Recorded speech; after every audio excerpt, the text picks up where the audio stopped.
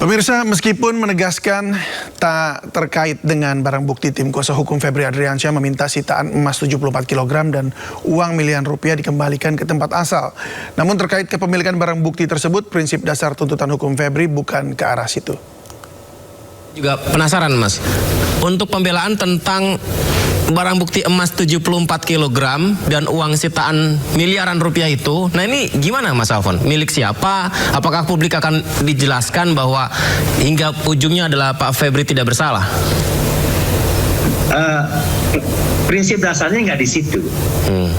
Prinsip dasarnya adalah pada saat ini apakah memang yang klien kami FA alat buktinya itu banyak yang menyatakan bahwa bersangkutan itu terlibat dan menjadi seorang tersangka berdasarkan alat bukti dan barang bukti yang berkesesuaian semuanya. Prinsip dasarnya di situ dulu.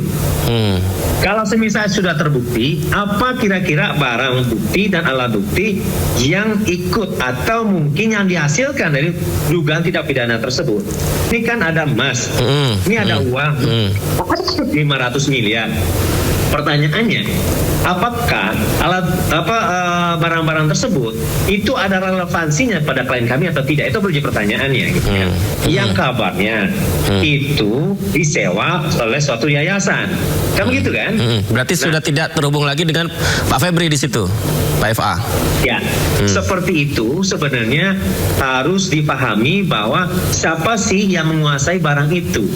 Sementara ini sudah bukan tempat yang dikuasai oleh FA. Dari pihak Pak FA, apakah ada permintaan untuk mengembalikan barang bukti tersebut, emas 74 kg dan uang sitaan itu, apakah ada permintaan seperti itu, Mas? Dalam diktum-petum ada. Kenapa, Mas? Iya. Bukannya tidak ada hubungannya tadi katanya, Mas, dengan Pak FA?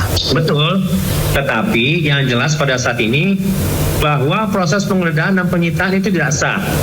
Dan kemudian dalam prinsip dasar kepada hak milik gitu ya, di mana dia menyita, di mana dia menggeledah, dikembalikan pada tempat asalnya. Saya tidak mengatakan itu Eva ya, tetapi di mana tempat dia ditemukan, di mana tempat dia digeledah, di mana tempat dia disita.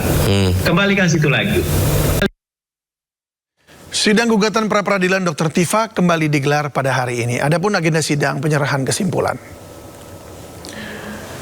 Ya, dalam kesimpulannya pihak Dr. Tifa memohon hakim mengabulkan eksepsinya. Pihaknya juga merasa kesimpulan dari pihak termohon yakni JPU terkesan sangat dipaksakan. Sidang lanjutan pra-peradilan Dr. Tifa akan dilanjutkan pada Jumat 21 Agustus dengan agenda pembacaan putusan. Sebelumnya Dr. Tifa menegaskan gugatan pra-peradilan bukan untuk menunda pokok perkara. Termohon tampaknya memang kalau dalam bahasa Belandanya itu kopoh ya. Jadi kopoh itu keras kepala begitu ya. Seakan-akan menyatakan ya pada simpulannya tadi kami dengar bahwa amar putusan itu dianggap mereka tidak ada. Amar putusan yang jelas-jelas menyatakan bahwa hakim itu sudah memerintahkan untuk mematuhi pasal 75 ayat 2 dan 3 dan pasal 206 seandainya mereka memang tidak sepakat atau tidak menerima. Itu betul-betul mereka belot gitu ya. Artinya mereka benar-benar tidak mengakui itu. Simpulan di termohon itu tetap mendasarkan kepada P21. Jadi mereka itu membawa kepada seakan-akan sidang itu tidak pernah terjadi gitu loh. Sidang yang terjadi di PN Jakarta Timur 4 kali sidang dengan beban biaya begitu besar dari negara itu dianggap oleh jaksa itu seakan-akan nggak ada. Kalau seandainya peradilan ini tidak memutus apa yang kami minta dalam petitum kami, artinya saya disandera sebagai terdakwa dengan sewenang-wenang, dengan semena-mena tanpa hukum. Sidang pra-peradilan jilid 4 Roy Suryo kembali digelar juga pada hari ini. Agenda sidang adalah pembacaan duplik dari termohon dan turut termohon serta pemeriksaan ahli. Sidang mempersoalkan pencekalan Roy dan tidak disampaikannya SPDP. Termohon yakni Polda Metro Jaya menyatakan pencekalan Roy sudah sesuai aturan. Sementara itu Polda Metro meminta hakim menolak permohonan Roy. Pihak termohon menganggap pra-peradilan keempat ini mengulur waktu.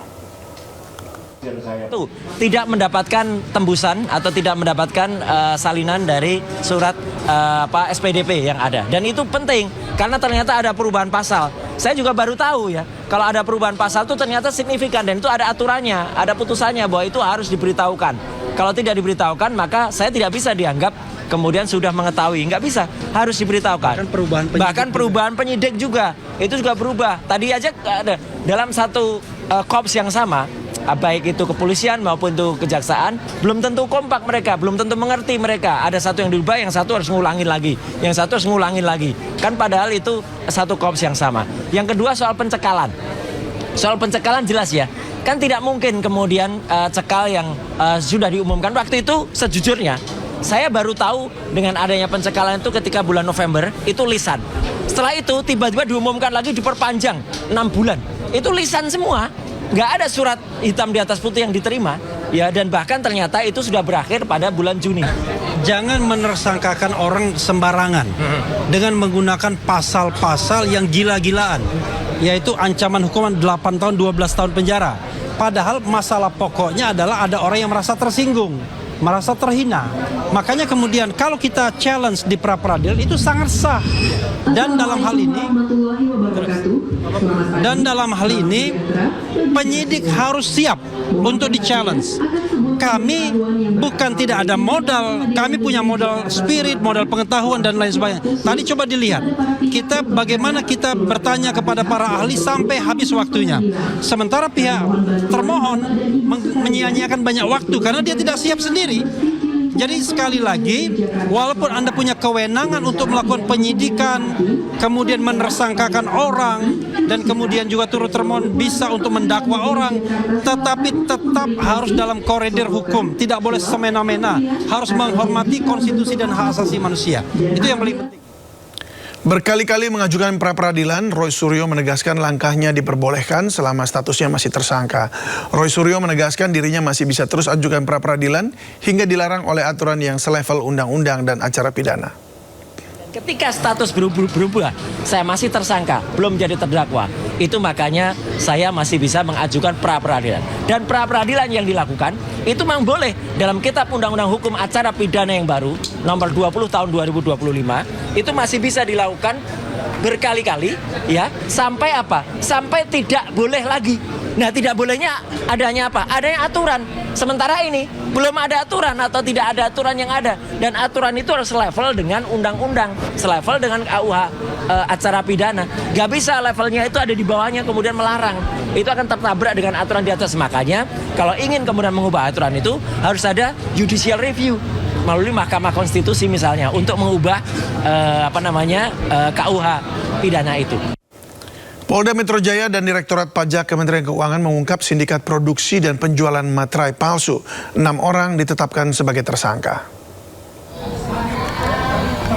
Polda Metro Jaya bekerja sama dengan Ditjen Pajak Kementerian Keuangan menetapkan 6 tersangka produksi dan penjualan materai palsu.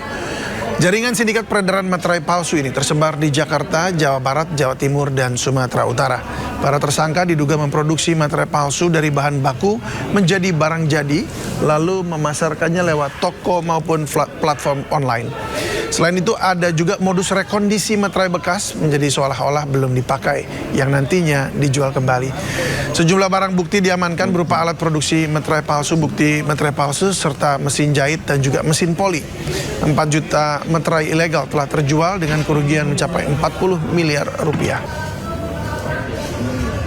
Penindakan yang dilakukan dari Polda Metro bersama Ditjen Pajak ini dilaksanakan pada kurun waktu bulan Juni dan awal Juli di beberapa wilayah, di antaranya ada Jakarta, Jawa Barat, Jawa Tengah, Jawa Timur, dan Sumatera Utara. Kami telah menetapkan 6 tersangka